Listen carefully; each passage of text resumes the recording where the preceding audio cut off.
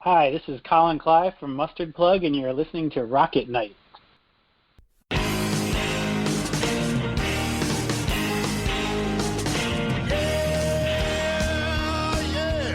Are you ready? Hey, tonight I'm gonna take you on a little trip. We're going down south by the mighty Mississippi. I'm gonna take you to a place where lights live again. Bring your mother, your brother, and your best friend. I'm gonna show you where they dance out in the street. They'll tell you all about your body heat. Not gonna talk about it, just gonna do it. Get on down if you feel up good. Get on down. Great.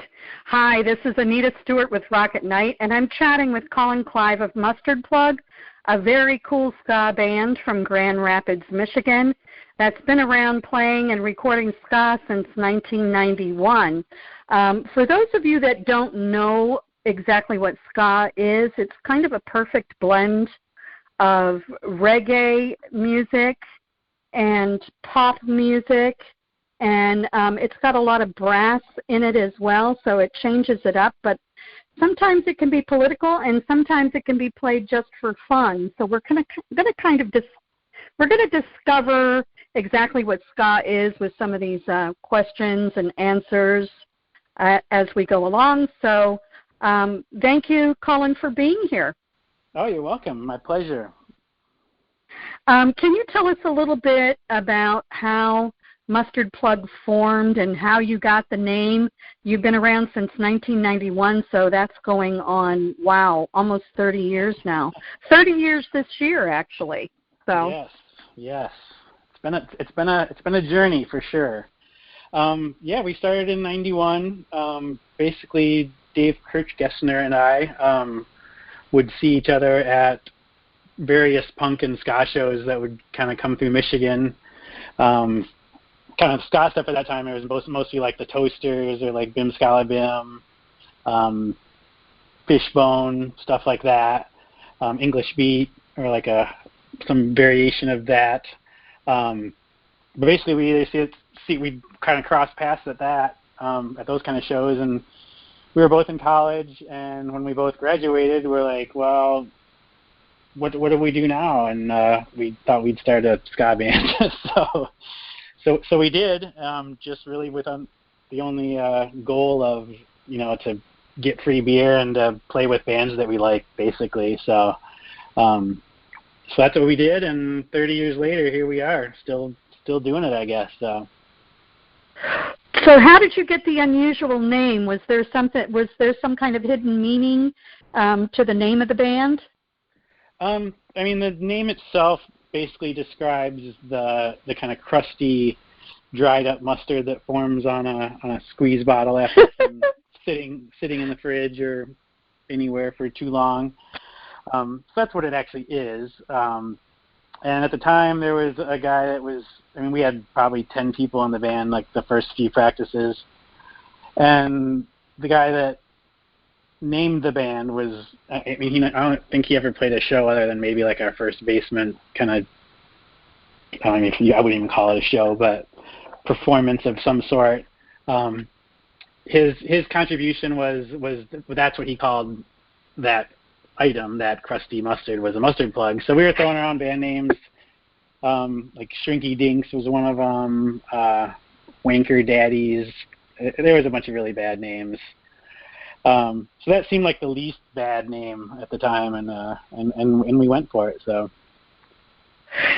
And it kind of gave you a color to go by as far as when you do your branding on your socials, you can use the color of mustard, which is actually that's one of the most eye-catching colors when you're doing signage for anything, is yellow. So that's kind of interesting. In the long run, would we be happier with another name? I don't know. It's hard to say. We haven't had to do any legal battles for, the rights to the name, which is a plus. And it feels normal now, and people say it, and you're kind of like, that's where it is. So it is what it is, for better or for worse. But right, back in 1991, this was kind of like on the tail end of what I would call the ska movement, because it really, my interpretation of ska was that it was kind of born in the working class white communities and the black communities in London. That's kind of where it started, and it was an even blend of course, reggae and punk coming together and forming this new genre, which I think really started out more politically. Would you say that ska music is more political, or do you think that it's just now it's played more for fun? I think it really just depends on the band itself. A lot of bands kind of focus on like the fun part of it. A lot of bands kind of do a half and half sort of thing. Some bands kind of lean heavily towards, the more political stuff. As an example, like Suicide Machines, definitely more politically focused versus Real Big Fish, or something like that. Right. And maybe put like the Toasters in the middle, which kind of do a half and half sort of situation. I think us as ourselves, a lot of times, musically we try to keep it pretty upbeat and fun and whatever, but we also do incorporate some, social commentary, political kind of stuff in our albums and stuff like that. We don't want to bog. It's not really the focus of what we do, but I think it's important enough for us to occasionally address things like that. So yeah, I think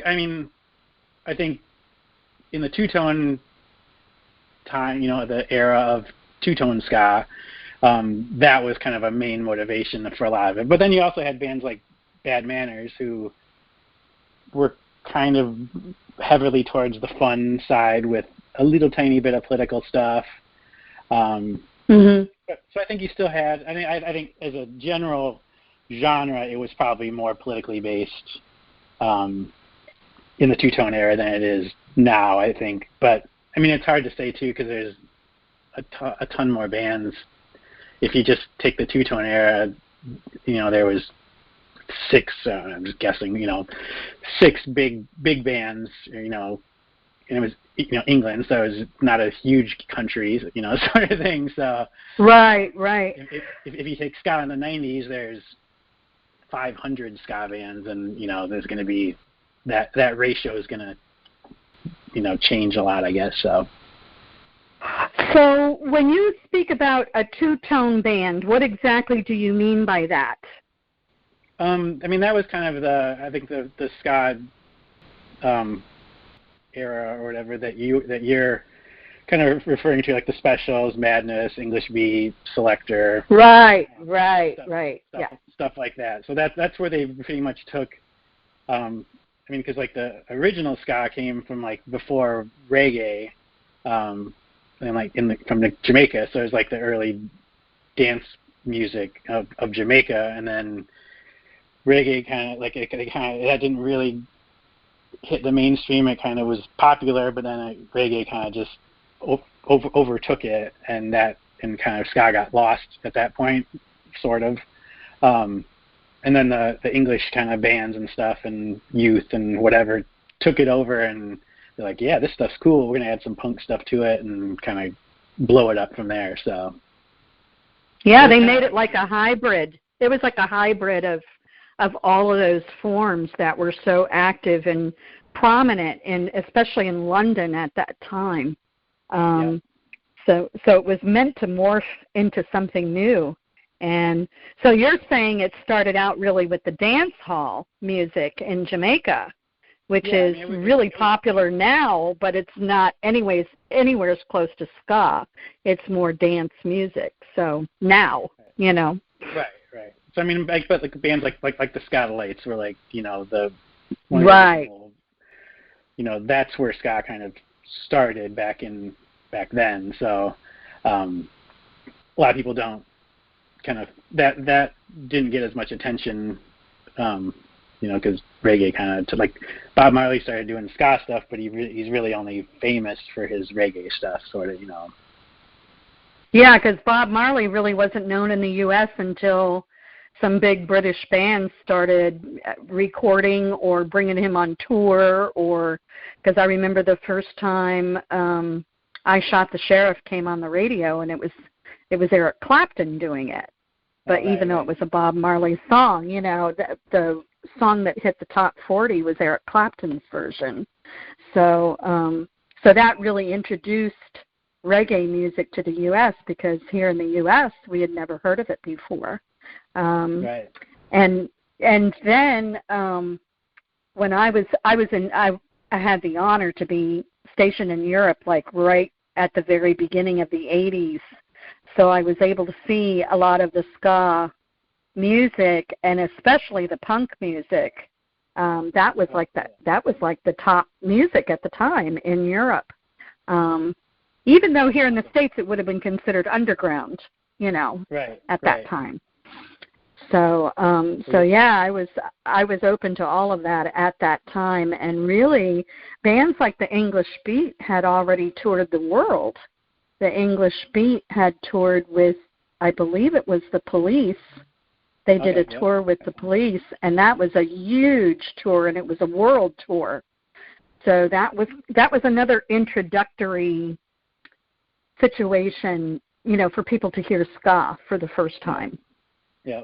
So that's awesome. You were very fortunate to be in that part of the world during that time.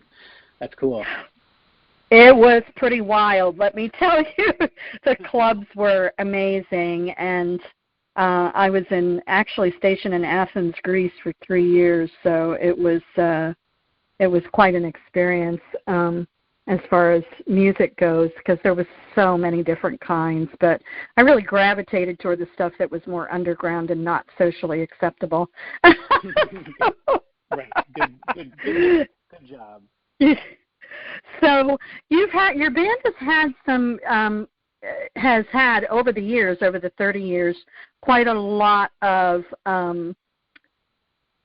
lineup changes. So I just want to make sure that I have the band names right. So it's Dave Kirschgessner, who's on the lead vocals. Yep. Rick Johnson on bass and keyboard. Yep. Nathan Cohn on drums. Yep. Brandon Jennison on trumpet and backing vocals. Yep. And Jim Hoffer on trombone, and then you're doing guitar and vocals. I do. I kind of share lead vocals, so whatever. Mhm.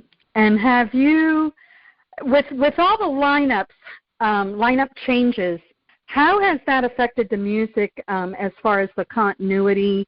Has the music itself that you've pre-recorded changed, or are you pretty much doing the same things? And then how often do you get to actually write and record more? The lineup changes, you are correct. We have gone through a fair number of members. But oddly, if you kind of, that was basically like in a period, I'm just going to guess it was probably like late 90s to early 2000s was kind of when that, and like right at the beginning of the band was when a lot of the lineup changes went. Our lineup now is over 10 years consistent as it is, and then the rest of it's foggy before that, so I don't know. As far as writing and stuff like that, it does make a difference. A lot of the member changes were, I think there was always a little bit of consistency. Like the two horn players that Brandon and Jim have been with us 20 plus years themselves. So two horns and the two singers and guitar player have all been pretty much since the beginning, give or take the first 4 years or something like that.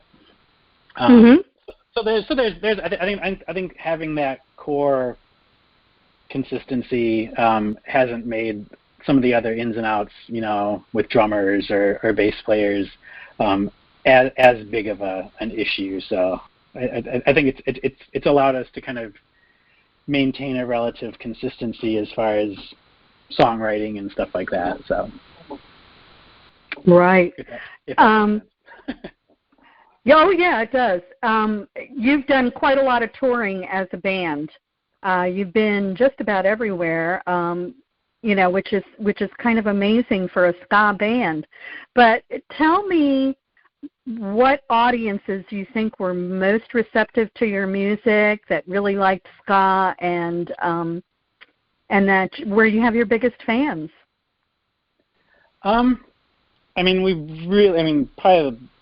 one of the best things about being in the band is being able to travel, obviously. Being able to travel to overseas, to different countries, that's been the greatest gift the band has given, us, I think, as a whole. Just being able to go those places, because it's a lot of places we wouldn't probably get the chance to go to on our own, or it would just be more difficult. It's nice if you can break even, or, right. You kind of have a purpose, and sometimes you have people showing you around, you have kind of a directive. Being able to go Brazil, I would have loved to go to Brazil on my own anyway, but being able to just kind of be invited and a band showing us around and we play some shows and kind of see the sights from a local's perspective, and then, go on our way is such a cool thing. So any foreign country you want to name is the best thing ever. We adore Japan. It's that's probably the ultimate destination as a band. We've gone 4 times now, I think. Wow. Just because that probably out of everywhere feels the most different, but also I don't know. It's just a wonderful place. But going to England's great. I said Brazil. We just went to Australia before this whole COVID madness happened. We had never been there, and that was super fun. I hope we get to go back again. In any of those places, best thing ever. But then you go through the States and stuff like that. Denver's huge for us. I'm not sure why. We've consistently gone there. But most major cities are pretty great. Yeah, Japan seems to have this just affinity and this huge love for anything American, any kind of music American, any little bit of our culture. They just adore that. So I can understand why you would love going there. But going to places like Brazil, which seems so exotic, that's amazing too. And of course, with everything that's changed with COVID, as you mentioned, the festivals are going to change, the whole festival scene.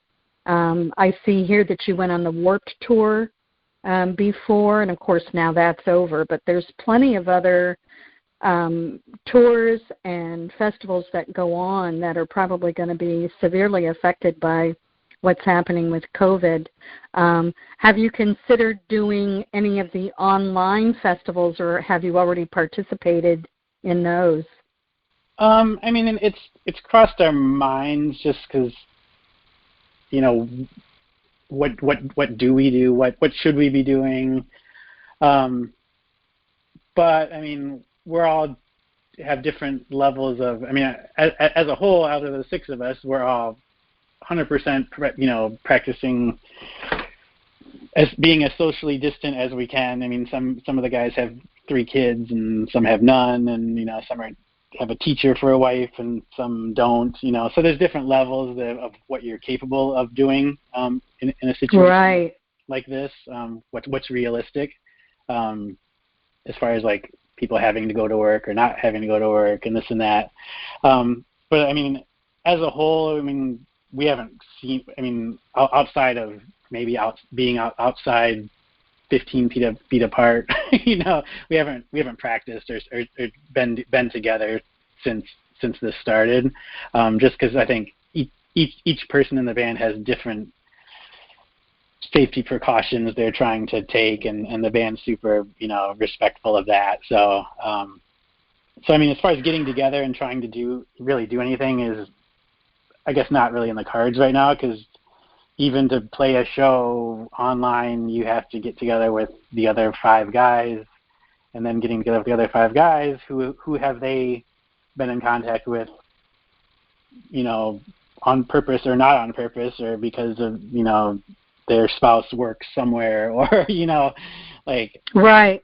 It just opens up, it just kind of snowballs. Like, I mean, you think, oh, there's only 5 of us, and if we all just be really careful, blah, blah, but, and then where are you going to practice? You're going to be in a basement in a tiny room, blowing horns and screaming and stuff, and, and all of a sudden it doesn't seem so safe, when you start thinking right, about right. stuff. So we've just kind of chalked it up as, until it's safer, I think, for us and for humanity as a whole, where we're not contributing to the problem, we want to be, we want to help be the solution and not contribute. So for better or for worse, we haven't done any of that stuff. I think it's fine, I suppose, as long as people that are doing it are being safe about it. I also I've watched a few online shows or whatever. They all kind of, they all just kind of seem a little sad to me, to be honest. It's just not the same. It's like watching a band play to nobody isn't right. I've seen a few of those. Like, I watched one that was by Trevor Hall, who happens to be one of my favorites, and he was in this beautiful venue. I guess it was somewhere in Denver, but it was a beautiful venue, and he described it. I can't remember the name of it, but that's exactly what he was doing. He was on the stage alone, playing to no one, and while the show was beautiful, you're missing that, human element that's part of the exchange from live music to the audience and back again. That's all gone. So it's super weird, because I think it works way better if they're not trying to do it in a normal concert venue or stuff like that. I just watched Pup from Canada did the Tiny Desk thing, but they just did it in the singer's living room or whatever. Right.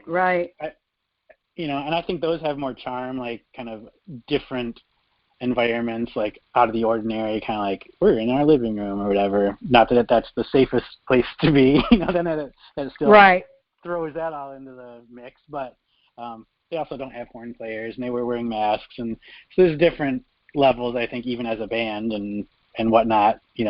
Maybe they all live together. I don't know. But I think that's cooler. I actually enjoyed watching that. But then in kind of the flip side of that, I watched a little bit of I'm an older gentleman, and I love Kiss. I will wave my Kiss. I love Kiss too. Yes. I'll always love Kiss. But they did that huge thing in Dubai for New Year's. With multi-million fireworks and just the most extravagant lights and all this stuff, but they were playing to an empty pavilion space, and it was just weird. Even though they didn't purposely show that there was no one there, just hearing the parts where people are supposed to be singing back, and there's nothing, it's just quiet, and it's just it just kind of felt sad. I was I can't feel sorry for Kiss. They're just playing all by themselves. How boring. Exactly. So. In a beautiful place like Dubai too, which is, that's an incredible place. So where do you see the band going? If COVID is lifted, are you guys ready to get back into the studio, record? Do different band members have specific ideas or new songs? Are you able to keep in touch on that level? Yeah, we actually I was fairly productive through the summer of summer of COVID, 2020 summer, and we got a pretty nice, healthy pile of demos going. We did a lot of songwriting back and forth via the interwebs and sharing files and stuff like that. So we got a pretty darn good kind of collection of songs ready to go, I think. Once we can, in a perfect world, we'd like to get together and play them, and kind of work out some kinks that way. We did manage to kind of throw together a song for the Ska Against Racism compilation that came out this fall, or kind of in the summer sometime. We did kind of put together a song for that, which was cool and fun. And we did that all, socially distant, just sharing files and stuff like that. But yeah, I mean, we're trying to, actually we've been kind of in talks about, what do we do with all these songs? I think currently we're thinking of maybe trying to, once the vaccine stuff starts happening and things are safe enough to, maybe do some safe trips, one at a time to our local studio. Our bass player runs the studio. So who knows, but I guess long story short, trying to whip up maybe an EP or something that we can release, when things open up, I guess. So at least we have something to show. Right. And then soon after, wrap up the rest of the songs and try to get an album out soon after that. So now we've only got a few more minutes, but I did want to ask, as a musician yourself, whether you're with the band or not with the band in 5 or 10 years, what do you see yourself doing, whether it has to do with music or some kind of personal thing or hobby, or where do you see yourself? Not in a rocking chair, I hope. Well, I mean, seeing as I've been doing this same thing for 30 years, it's probably going to be more of the same, unless for health reasons I can't. But I mean, I love doing this. I love playing shows. I mean, I've kind of been doing this hybrid of being in a band, DJing at clubs, and currently I work at a bike shop. I've worked there for 6 years now, a bicycle shop. Kind of part-time job of sorts to kind of supplement things. But I like that variety. I don't want to give up playing shows. I don't want to give up, the opportunity to travel and go places and see friends and stuff that I wouldn't normally get to see. So hopefully more of the same. I guess it's hard to say, but I'm game right now. So. Well, thank you so much, Colin, for being with us. And everybody, we've been just chatting with Colin Clive from Mustard Plug out of Grand Rapids, Michigan, a ska band. You've got to check out all of their recordings, which have been happening since 1992, actually. 91. I'm counting 91, so it's 1, 2, 3, 4, 5, 6, 7, 8 recordings so far. So that's quite a lot of music out there. And we will get back in touch with you on the flip side of this and find out what's going on with the band and all about new songs, new shows. And I just want to thank you for talking with me today. Oh, you're welcome. I would like to add a quick edit if I could. Sure. We also have a kind of a second bass player. I don't want to leave him out in the cold because he did record on our new song that's on that Ska Against Racism album, and he'll likely be doing more recording with us. But his name's Greg Witulski. So okay. So currently we're kind of rolling with 2 bass players to make things confusing. But he does do a lot of touring with us and stuff like that. Rick Johnson does sound for a lot of very famous rock and roll bands, so sometimes he's not always available. So right. I just wanted to give props to Greg. So of course. Well, thank you so much, Colin, and you have a great day, and we'll be putting this up on Rocket Night, and we're looking for more music from your band. Awesome. It's been fun talking to you. Thank you. Have a good one. Bye-bye. Okay, thanks. Bye. You're listening to Rock at Night. The introductory song, Get On Down, is from blues artist Billy Bass Alford. Look for his music at ReverbNation.com.